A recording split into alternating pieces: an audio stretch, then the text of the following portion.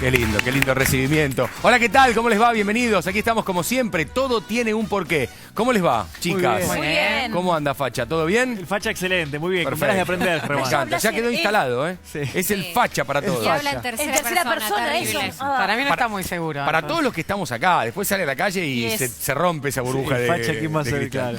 Claro. Este es Bueno, el Facha. hoy tenemos dos preguntas. Sí. No sé si habrán podido observar todo lo que tenemos allí. En un rato vamos a estar explicándolo. Lo va a explicar nuestro especialista, por Mejor. supuesto. Pero, ¿por qué es importante del estudio de los fósiles? ¿Por qué es tan importante? ¿Qué es lo que nos marca esto? ¿Cómo fue la vida? Claro. ¿Qué pasó? ¿Cómo inició ¿Cómo era la todo? Tierra? ¿Cómo eran los que habitaban la Tierra? Animales, vegetales. Lo digo yo porque ustedes me miran como diciendo, no tengo la menor idea. quiero ¿Cómo- recordar- ¿Te digo, Le Germán? quiero Yo estoy recordar a la contenta. gente que Como- estuvimos... ¿Por qué? Y Chobutense, patagónica, la tierra rica de fósiles. ¿Sabés qué me pasó de Bueno, viajar sí, es verdad. al sur? Compro, viste que hay... Ya es raro, ¿no? No, había unos localcitos, yo compro Canjeo, unas pensé cosas. que ibas a No, decir. es el del canje, yo no. Compro unas cositas, me subo al avión y me paran y casi me meten en presa. Ah, claro. Porque le digo, es una artesanía, no sé. Y me dice, no, es un fósil. Digo, yo qué sé, lo compré en un local. Y me dice, no, o vas presa o lo mandamos al museo. Y dije, No, es terrible. Quiero Pasa- voy presa, recordarte- vamos al quiero museo. Yo lo pagué, voy presa. Claro. Pero me lo llevo conmigo. Quiero Pero- recordarte que es la segunda vez que te pasa, porque cuando fuiste a hacer nota al norte del país, compraste unos cristales y casi te meten presa también. Le voy a recordar a la gente, Claro. porque esto no es la primera ¿Cómo vez que cristales? sucede. ¿Viste las piedras de las rocas que se venden como piedras preciosas? Bueno, eso no se puede vender. Lo que pasa es que la gente lo vende igual. Lo mismo pasa con Claro. los fósiles Bueno. en la Patagonia. Entonces la pobre Connie quiere traer regalos y termina presa. Pobre una vez, ya si le pasan dos o 12. tres veces, porque Claro. evidentemente Es hay que un uno era- modus operandi ahí. Bueno, después la otra pregunta que vamos a realizarnos en un ratito nada más tiene que ver con las nubes. ¿Por qué se ven blancas? Él las conoce nubes? muy bien si vive en las nubes. Yo me estoy comodísimo. Pero el color no tengo idea. ¿Son blancas? son Bueno, blancas. algunas. Bueno, Se ven blancas. Se ven blancas, claro. Ah, Algo de que la eso es- luz tendrá que ver. tendrá que ver con eso. Veremos. Qué bueno en que el hayamos programa. participado durante todo el año, ¿no? Ya llegando al final, Me lo que hemos olvido. adquirido como conocimientos es impresionante. Es muy bueno para los asados, ¿Será porque la vas y luz? tirás, viste, cosas, ¿saben tal cosa? Y vos decís, ¿cómo sabes? Bien, programa. Sí, a mí me gusta pensar que es para la vida más que para un asado, pero bueno, está bien, qué sé yo, son visiones. ¿Quién nos visita? A ver, chicos. Viene Santiago Rewick. Técnico paleontólogo, paleoartista, perfeccionó sus estudios en el Museo de Historia Natural de Nueva York y además trabaja en museos de Argentina y del exterior. Bueno, Santiago, bienvenido. Gracias. ¿Todo bien? Todo bien. Bueno, la verdad, yo, esgrimía una razón, ¿no? Del porqué que planteamos con respecto al estudio de los fósiles, por qué es tan importante. Y tiene que ver con nuestra propia historia y la historia de la humanidad y de la Tierra, ¿verdad? Tiene que ver con eso. Sí, yo creo que así como la historia nos da información o nos da pistas sobre cómo funciona la humanidad y cómo podemos comportarnos. Digamos, el estudio de la historia es importante para nuestro presente, el estudio de la historia de la Tierra y de la vida sobre la Tierra es importante para comprender cómo funciona la Tierra hoy y qué cosas pueden suceder con la Tierra, ¿no? ¿Qué es Y con un la vida. fósil? Empecemos por ahí. Un fósil es un resto de algún organismo que vivió en el pasado, que lo podemos encontrar de distintas maneras. Podemos encontrar evidencia directa, podemos encontrar los huesos fosilizados, las plantas fosilizadas, podemos encontrar trazas fósiles, podemos encontrar huellas, como habrán visto en Chocona y en muchos lugares están las huellas de los dinosaurios, que son fósiles que son evidencias indirectas, pero que también nos cuentan su historia, ¿no? Tienen su información, que nos dicen algo sobre los animales que las dejaron. Hay algunas cosas, estamos viendo imágenes, ¿no? En las pantallas que tenemos aquí. Y yo siempre me pregunté lo mismo, porque hay algunas que son muy evidentes. Es decir, un hueso, una forma, pero hay cosas que no te das cuenta a simple vista que es un fósil. Parece una roquita, un pedacito de nada. Sí, ¿Cómo es? totalmente. Yo creo que hay parte de lo que vamos a hablar después también tiene que ver con eso, que hay fósiles que son súper elocuentes, que vos lo ves en una vitrina o incluso en el campo y está claramente ahí Claro. en la criatura del organismo. Y hay otros que no, que contienen mucha información para el ojo del paleontólogo, pero que son muy difíciles de interpretar. Si uno lo ve, no hay mucho para entender ahí. Y ahí es parte del trabajo de reconstrucción y el trabajo de museología, digamos, para transformar esa pieza difícil de entender a través de lo que el paleontólogo concluye sobre ella en una pieza que se pueda mostrar al público, que combine que combine la pieza original con la información que el paleontólogo le agrega a ese material en una pieza que se pueda que todos podamos ver y entender. Ahora, Santiago, ¿por qué?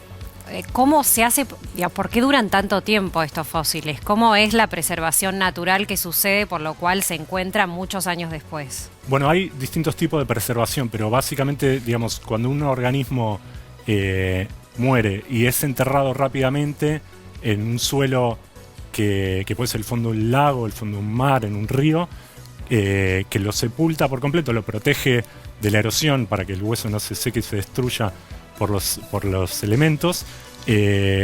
Una vez sepultado, los minerales que corren en el agua debajo de la tierra van con el paso de muchísimo tiempo intercalándose entre la microestructura anatómica de estas piezas y eventualmente reemplazándolo. Eso es lo que se llama permineralización, donde poco a poco el hueso, la planta, lo que fuera, se va reemplazando por minerales. Entonces, lo que encontramos hoy es un hueso que está, dicho de alguna manera, convertido en piedra. Pero cuando es así, en el caso de la permineralización, ese reemplazo es tan detallado, por decirlo de alguna manera, que podemos observar la estructura, no solo la forma del hueso, sino la estructura interna. Hay estudios histológicos que cortan los huesos y pueden ver hasta incluso células o estructuras diminutas. ¿Cuál es el fósil más antiguo encontrado en el territorio argentino? Esa es una pregunta que Santiago. yo no te sabría responder, pero... Porque se han encontrado muchas cosas aquí en nuestro sí, país, muchísimo. ¿no? Tanto en el sur como en el norte. En el sur acá la tenemos a la niña que, bueno, Sí, es de de hecho, Chubut. Recién, bueno, en esto que vos mencionabas y un poco arando en lo que dice Caro, está el bosque petrificado, que es a unos 28, 30 kilómetros de Sarmiento, y que es súper interesante porque hoy uno ve todo el desierto y vas caminando por el sendero y la verdad que no puedes pensar que hace 65 millones de años había coníferas, un bosque. Y parte de esto que hoy podemos ver, mucho tiene que ver con este proceso. Y bueno, el sili se nombra mucho como mineral. Sí, pero eso que vos decís de que te encontrás un bosque en el medio del desierto, también te encontrás el fondo marino en la puna. Como que las condiciones o los ambientes pueden cambiar drásticamente. Estamos hablando de periodos de tiempo gigantescos, ¿no? Que son incomprensibles. Pero en donde en algún momento hubo tierra, después hubo mar y después hubo desierto. al revés. Y entonces en las sucesiones de las capas geológicas te encontrás como esa historia registrada de todos esos Claro, hace cambios. unos meses atrás fuimos a Trelew y estuvimos en el MEF, en uno de los museos que tiene uno de los dinosaurios más grandes del mundo, donde se encontró Diego Pol, fue su descubridor, digamos, y hablábamos en ese programa puntualmente de que en la Patagonia era un lugar donde hacía calor, donde había otro tipo de clima. Claro, eso ha cambiado muchas veces, digamos, a lo largo del tiempo. Han habido distintos climas y algunos cambios drásticos, como esto que te digo, ingresiones marinas, donde en el medio de la Patagonia encontrás fósiles marinos o los bosques y las condiciones climáticas y ambientales han ido cambiando muchas veces para un lado y para el otro. Y Germán, vos recién decías esto de cuál fue el más antiguo en la Argentina. En la revista Nature hablan del fósil que tiene alrededor de 3.700 millones de años, que es una mezcla de microbacteriana, que lo hallan en Groenlandia, pero que todo el tiempo ustedes tienen nuevos descubrimientos y es como una competencia, como pasó No, con si es en el Groenlandia no me dinosaurio. interesa. ¿De cuál es lo Saber más acá. antiguo? Ya, me parece. Pero bueno, el trabajo del paleontólogo siempre es interesante. En este caso, técnico paleontólogo es Pablo Puerta, y tenemos una nota gracias a nuestros amigos del CONICET que nos nutren permanentemente con diferentes informes que tienen que ver con documentales que han elaborado. Vamos a ver esto.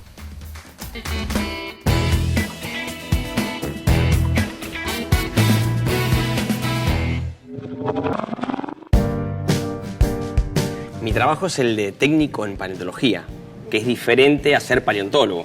Los paleontólogos son los que estudian los dinosaurios. El trabajo nuestro es ir al campo, buscar los fósiles, extraerlos, llevarlos a un laboratorio y en un ambiente mucho más controlado, como puede ser el laboratorio de un museo, justamente, prepararlos, dejarlos libres de la roca para que justamente los paleontólogos los estudien.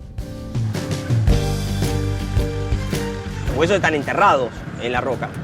Y si vos ves un pedacito de uno y empezás a destapar, a escarbar alrededor, por ahí podés ver dónde sigue, dónde se entierra ese hueso. Y recién ahí, un paleontólogo empieza la excavación. Uno primero siempre encuentra un pedacito de un fósil y ahí empieza a excavar. El hecho de ir al campo, de generar una campaña paleontológica para ir a prospectar o extraer un fósil, implica un trabajo previo que nace ya en el museo, en el mismo laboratorio. Conocer el entorno, conocer el medio donde uno va a trabajar, ver el trabajo que se va a desarrollar y en base a eso diseñar la campaña. El trabajo en Patagonia, en zonas áridas, inhóspitas, sin camino muchas veces, sin pobladores cerca, sin agua, hace que ese trabajo logístico, ese trabajo previo, sea de mayor complejidad. Lo que empezamos a hacer es el trabajo de embochonar el fósil, hacerle una envoltura en yeso y arpillera. Cuando uno ve un fósil, ya sea en un libro, en una película o en un museo, desconoce de la historia previa, ¿no? de la cocina, de cómo ese fósil llega a un museo y mucho más a una exhibición. Ahí estamos nosotros, junto con los investigadores. La próxima campaña.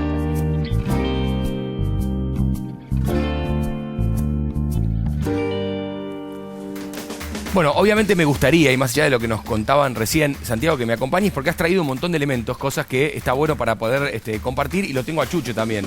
Que, por favor, el centro de la escena es para usted, Santiago. Yo vengo de este lado. Muy buenas. ¿Cómo va, Chucho? Muy bien, ¿Todo bien? impecable. Bueno. Queriendo escuchar a Santiago. Sí, porque el que trajo todo... ¿Por qué no te vas, Chucho? Porque le voy a dar una mano. El que trajo todo esto es Santiago. Exacto. Me gustaría que me muestres, que me cuentes a ver qué es esto. Yo traje una serie de réplicas y cosas que me prestaron. Nada es original. No, los originales son como la pieza más valiosa, es el museo. Patrimonio. Eso no sale a ningún lado. Claro. De hecho, bueno, yo les voy a mostrar acá las réplicas y les voy a contar un poco también por qué. No, porque Connie compró una de réplicas... estas y la distribuyeron. Bueno, tiene un dinosaurio en la casa, Connie, ¿viste? Perdón, por favor. No, por favor. Yo traje varias réplicas acá que me prestaron en la sección de paleontología del Museo Argentino de Ciencias Naturales para ilustrar un poco cómo es el trabajo que nosotros hacemos. Este, por ejemplo, es una réplica del cráneo de Herrerasaurus. O sea, si bien este no es el original, esto es lo que nosotros llamamos... Esto fue encontrado, se encontró así. Esto es lo que nosotros llamamos una réplica exacta, es decir, se tomó un molde que ahora vamos a mostrar cómo funciona y lo que tenemos acá es una réplica, pero que luce exactamente igual que el original. Pero este es un cráneo excepcional, la mayoría de los materiales no están tan bien preservados. Claro, impresionante. Pero aún así el cráneo está deformado, esto pasa mucho. Los fósiles quedan enterrados y los sedimentos que se van acumulando sobre ellos van ejerciendo una presión lo van que aplastando, deforman las piezas. Entonces, si esto es una réplica del original, esto es una escultura, es lo que nosotros llamamos una retrodeformación. Una escultura donde nosotros tratamos de componer... Claro, tratan de recrear cómo era. Previo a la deformación. Y esto, por último, ya en plan más artístico, es una idea de cómo podría haber sido el animal con su piel, con su tejido blando. Mirá qué bueno, ¿no? A partir del hallazgo ya van armando todo. Claro, esta sería una secuencia que, como te digo, parte de un material muy elocuente. Muchas veces el material del que partimos es muy fragmentario y este trabajo de reconstrucción implica mucha comparación con otros animales. Como llegamos a esto a partir de un hueso fragmentario, tiene mucho más conjetura, digamos, a lo largo del camino y requiere de comparar cada forma con sus parientes, con sus formas relacionadas. Bueno, ahí me explicás un poco lo que te iba a preguntar, que tiene que ver con, uno encuentra esto, que es el resto de un cráneo, ¿verdad? Aplastado, todo, perfecto. Aquí estamos tratando de hacer una reconstrucción de lo que era ese animal. Pero ¿cómo sabemos que tenía esta, como la piel escamosa? Uno supone... Mi respuesta más sincera es no lo sabemos. No sabemos cómo lo hicimos. Sacalo de Chucho, sacalo. Lo que hacemos es dos cosas, te podría decir. Por un lado, tenemos evidencia, aunque muy, muy escasa. Es decir, los fósiles representan las formas de vida del pasado. Pero está representado por una fracción muy, muy pequeña. De todos los animales que han vivido a lo largo de la historia de la vida, los fósiles son una fracción mínima.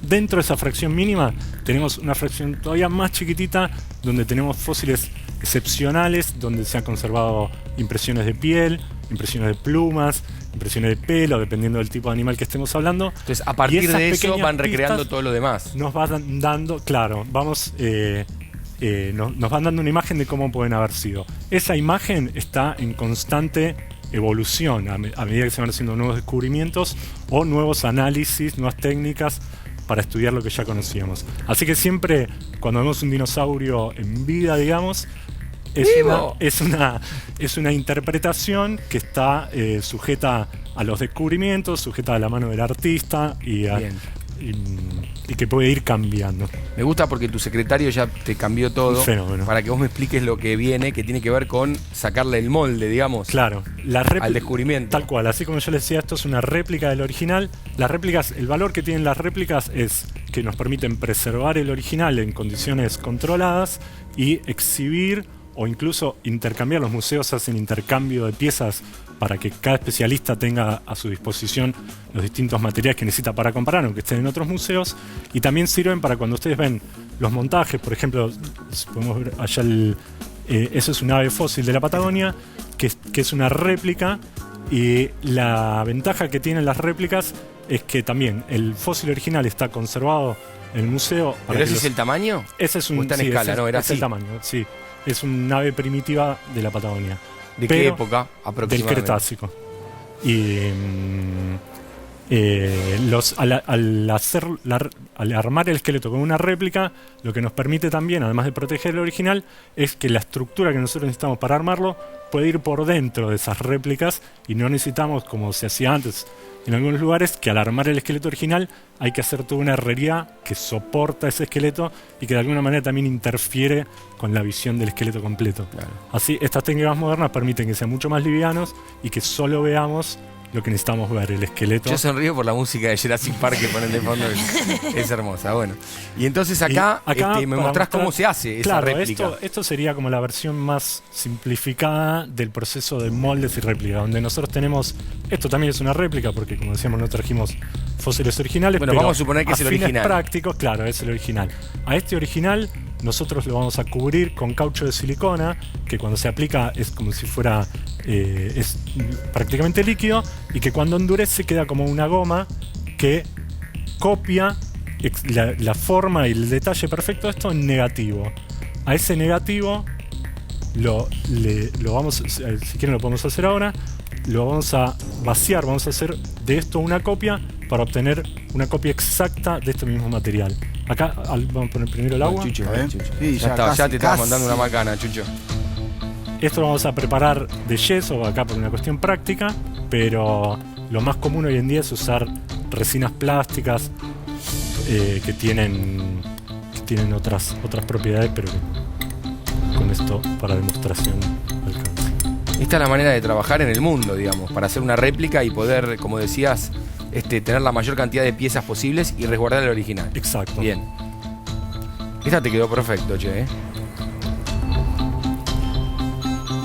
Algo que nos contaba hoy charlando con Santiago, que por qué tenían que resguardar el original, por qué no se ponía en el museo también de muestra, porque me contaba, y es lógico, pero uno por ahí no se llega a pensar así, que uno necesita seguir, más allá de mostrarlo y que la gente lo vea, necesita seguir investigando sobre ese fósil. Es por eso que guardan los originales, me contaban, y fue algo que me llamó la atención, y es lógico, y está muy bien. Yo voy a vertir ahora el yeso dentro del molde. Vamos a vertir un poco para que no quede aire atrapado.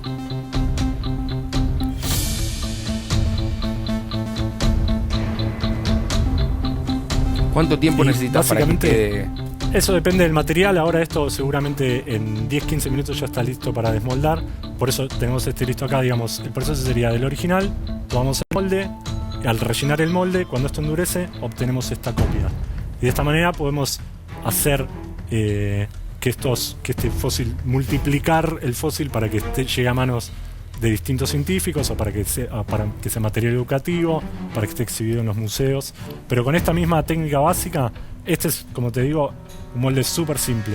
Pero esto, complejizando esta misma técnica, escalándola, es que podemos hacer los moldes de las vértebras de dinosaurios gigantes, de las que hablaban, que son moldes mucho más complejos, pero que parten del mismo principio y que nos permiten que una vértebra que puede pesar cientos de kilos, porque es de piedra, obtener una réplica que pesa unos pocos kilos y que es fácil de manipular, fácil de montar en un esqueleto. Y te hago una pregunta, Sí. ¿qué era originalmente esto? Esto es una monite, que habitaron en los mares, pero parecen caracoles, Sí. pero en realidad son cefalópodos, son más parientes, como decirte, de los pulpos que de los caracoles. ¿No? ¿Y se sabe digamos, de qué estaban hechos, cómo eran? Digamos, ¿eran blandos? Bueno, si no eran tipo caracoles, no eran duros, tipo... Esto sí, la cáscara es dura, por eso es lo que encontramos siempre preservado. Es como el Nautilus, no sé si lo ubican. Tiene una cáscara como si fuera la de un caracol, y el cuerpo blando del animal es lo que no se preserva. Siempre Perfecto. encontramos... Como si la fuera una cáscara. tortuga, digo, se encuentra la parte La parte del caparazón, claro. digamos. Perfecto. Bueno, ese es el famoso tigre dientes de sable, ¿no? Exactamente. Lo saqué por esa dentadura hermosa que tiene. Impresionante. ¿Y eso también es tamaño real? Esto sí, este procedimiento, el resultado de este procedimiento son copias Eso que es son impresionante. en su forma idénticas a los originales. O sea, si... Casi te agarraba con esos dientitos. Papito. ¿Eh? Terrible. Bueno, tenemos un informe también del CONICET que tiene que ver con la paleobotánica, porque no solamente estamos hablando de cuestiones que tienen que ver con animales, sino también con las plantas. Vamos a compartirlo, lo charlamos también con él.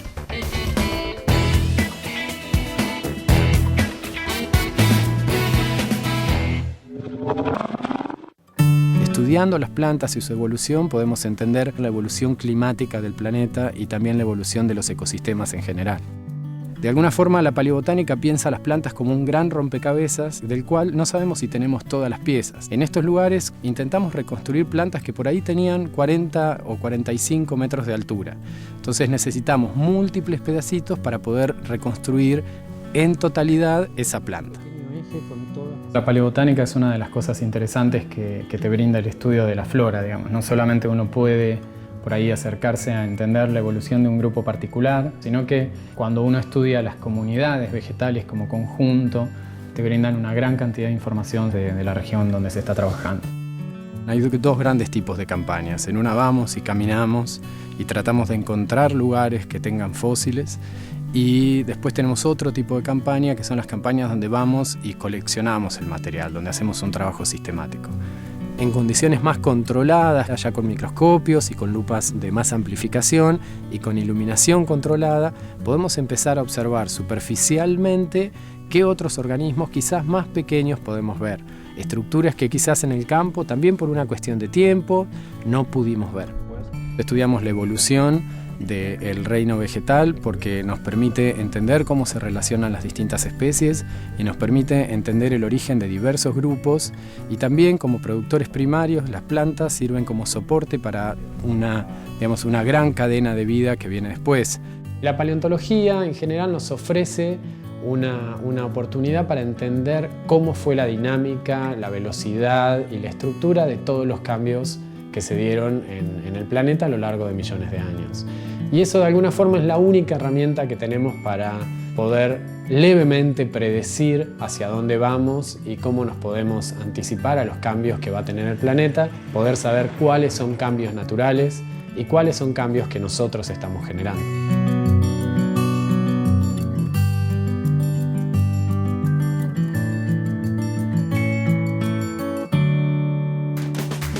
Muchas gracias. Ignacio Escapa, a quien conocés. Sí, trabajo mucho. Mi amigo con Ignacio Nacho, Escapa. dijo apenas apareció.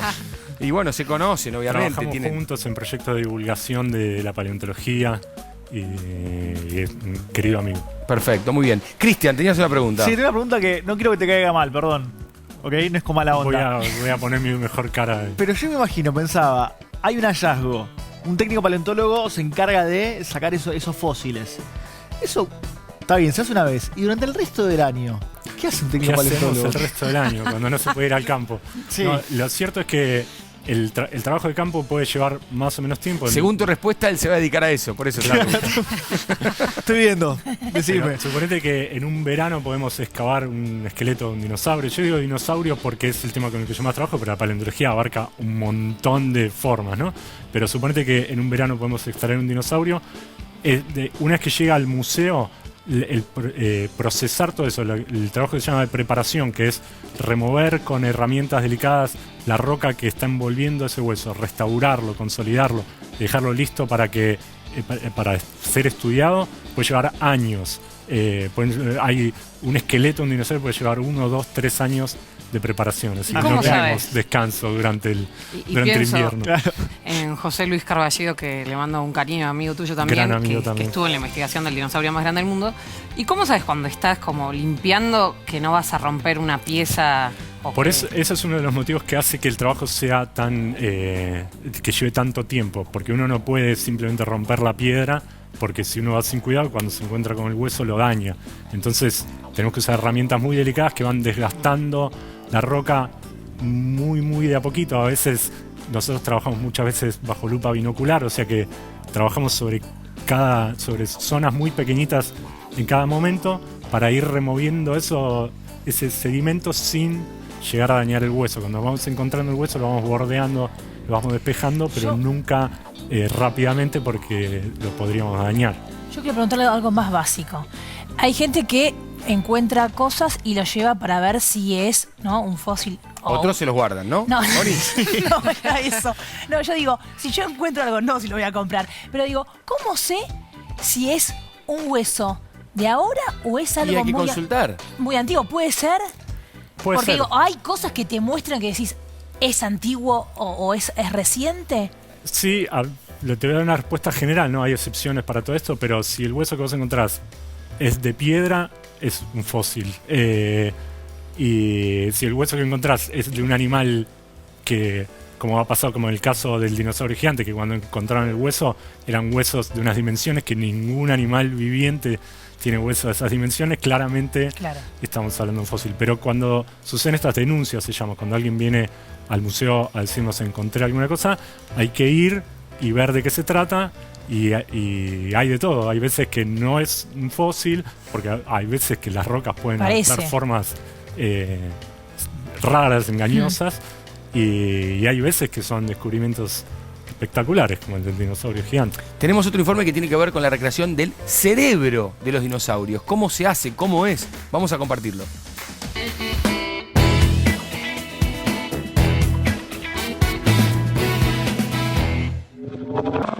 El neurocráneo es una parte del cráneo que está formada por varios huesos que rodean y protegen el cerebro y los órganos de los sentidos. Hace más de 100 años que se hicieron los primeros estudios que entrarían dentro de una rama que se denomina paleoneurología, a partir de moldes naturales preservados de algunos muy pocos ejemplares de animales extintos.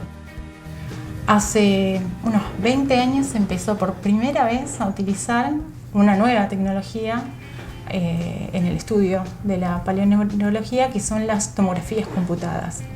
Las tomografías computadas lo que nos permiten es ver todas esas cavidades internas sin necesidad de romper el hueso, y básicamente lo que hace una tomografía es cortar el neurocráneo en un montón de rodajas virtuales, y nosotros podemos tomar cada una de esas rodajas y ver las cavidades que nos interesan, porque no solamente está la cavidad donde está la hoja del cerebro, sino están las cavidades en donde estaba el oído interno y cavidades neumáticas, canales por los que pasaban vasos sanguíneos. Surge, ¿no?, el interrogante de interpretar cómo habría sido la morfología de esas partes blandas que no se preservaron. Usando algunos programas de computación especiales se puede recuperar o crear una imagen virtual en 3 dimensiones de las cavidades que nosotros elegimos. Y se empezó a reconstruir el cerebro y el oído interno, que son estructuras que nos permiten tratar de inferir algunas de las actividades que podía llegar a hacer este animal cuando estaba vivo, cuanto a cómo veía, cómo olía, cómo escuchaba. Con el tema de los dinosaurios en particular, no hay animales actuales que estén muy cercanamente emparentados con todos ellos. Entonces, como no podemos cuantificar de ninguna manera qué cantidad de olfacción o visión tenían, lo que hacemos es comparar. Son comparaciones de tamaño relativo y volumen relativo con animales que están dentro del mismo grupo, en este caso reptiles, cocodrilos y aves.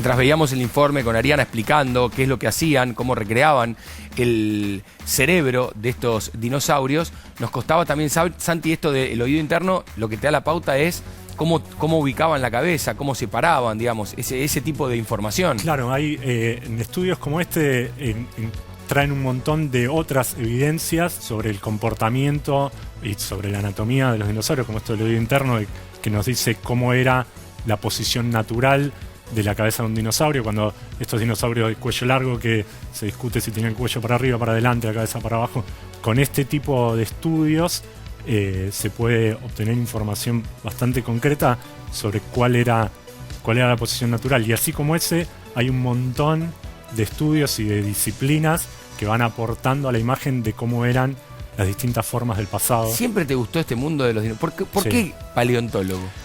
Yo creo, mira, te voy a dar Cuando la se estrenó respuesta. Jurassic Park, ¿qué edad tenías? Yo hacía un año que era voluntario del museo cuando se estrenó Jurassic Park. Mirá. Y Qué grande sos, Santi. Estoy grande. Y me voló la cabeza cuando se estrenó Jurassic Park. Claro. Pero me perdí lo que estábamos No, me ibas a hablando. decir que lo que te hizo decidir o que te Ah, gustaba no, del tema. yo creo que te iba a dar la respuesta inversa. Yo creo que los niños todos queremos ser paleontólogos, o la mayoría todos queremos ser paleontólogos, y algunos tenemos la suerte de seguir trabajando en eso. A mí me pasa, hablo con la gente y cuando me preguntan de qué trabajo, me dicen, yo de chico quería ser paleontólogo. Muchísima gente. Ahora Y bueno, algunos nunca maduramos. Seguimos. Ahora, Santi, vos tenés 15 años y podés ir a un museo y decir, hola, yo quiero ser, quiero participar, quiero ayudar, colaborar, y se puede. Así empecé yo, de eso depende de cada institución, pero yo diría a cualquiera que tenga ese interés se acerque a la institución de donde viva y pregunte cómo es allí, porque a mí me parece que es la forma de empaparse. Si uno después va a estudiar esto, empezar por ahí es ya estar, cuando uno va a la universidad, si uno se va a dedicar a las ciencias, ya está metido en tema, conoce cómo funcionan las cosas. Me parece, esa fue mi experiencia y me parece que es una muy buena manera de encarar ¿Y este cómo se mundo. guarda?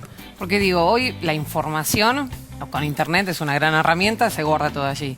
O tal vez, no sé, tenés un espacio específico porque es un papel. Pero fósil, el dinosaurio más grande del mundo. ¿Cómo haces para tener registro de eso, guardarlo y poder conservarlo en el tiempo? Bueno, cada museo, cada institución que es repositorio del patrimonio fósil tiene una colección. Y la colección tiene que tener ciertas características. Necesita espacio, lógicamente, porque estas cosas ocupan mucho espacio, y condiciones para que esos fósiles se preserven. La idea es que los fósiles son la evidencia que nosotros tenemos de esta forma de cada organismo, y simultáneamente son patrimonio. Entonces el fósil tiene que estar preservado de manera tal que pueda durar idealmente para siempre. Entonces en las colecciones los fósiles están guardados en condiciones controladas, digamos, y están clasificados, tienen un número de colección, de modo que cualquier investigador que trabaje en el tema pueda acceder a ellos y encontrar el mismo fósil que otro investigador puede haber estudiado hace 100 años,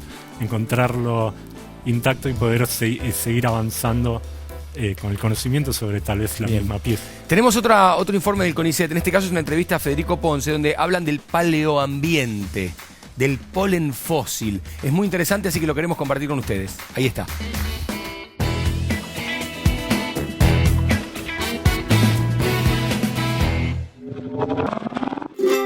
Los estudios paleoambientales sirven para reconstruir la historia climática del planeta, a partir del estudio de microfósiles, que son restos orgánicos de microorganismos que vivieron hace millones de años, se pueden conocer los ambientes en que habitaban. Las turberas son archivos naturales que permiten conocer cómo fue variando el clima. Tienen dos partes, una parte viva, que se llama turbal, donde se desarrolla la vegetación especializada a ambientes con mucha agua y muy fríos, y una parte muerta, la turba, donde se acumula materia orgánica con diferente estado de descomposición. En la superficie de las turberas viven gran cantidad de organismos como insectos, algas unicelulares y hongos. A su vez, sobre ellas cae el polen y las esporas de la vegetación que hay alrededor.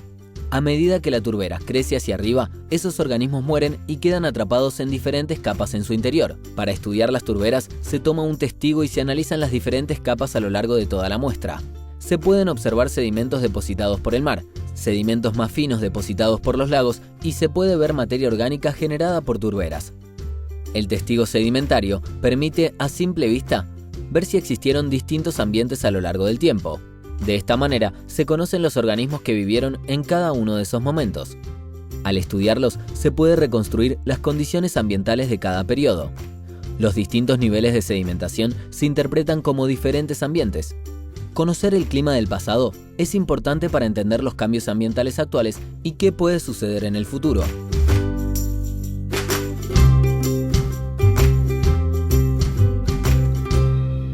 Bueno, hemos hecho un gran repaso a propósito de la paleontología botánica, lo que tiene que ver con el ambiente. Así que te quiero agradecer, Santi. Gracias a ustedes. Nos vamos a meter ahora en otra cuestión. Pero de todas maneras, podés participar porque tengo una pregunta. No la contestes ahora, porque si no me arruinás todo el juego, Santi. Primero, mandanos tu porqué a porqué@mandarinatv.com, redes sociales, Twitter e Instagram, @porqué_tv, Facebook, todo tiene un porqué. La pregunta tiene que ver con Jurassic Park. Seguro que la sabés, pero bancame un poquito, por favor. Vamos a ver, la pregunta es la siguiente.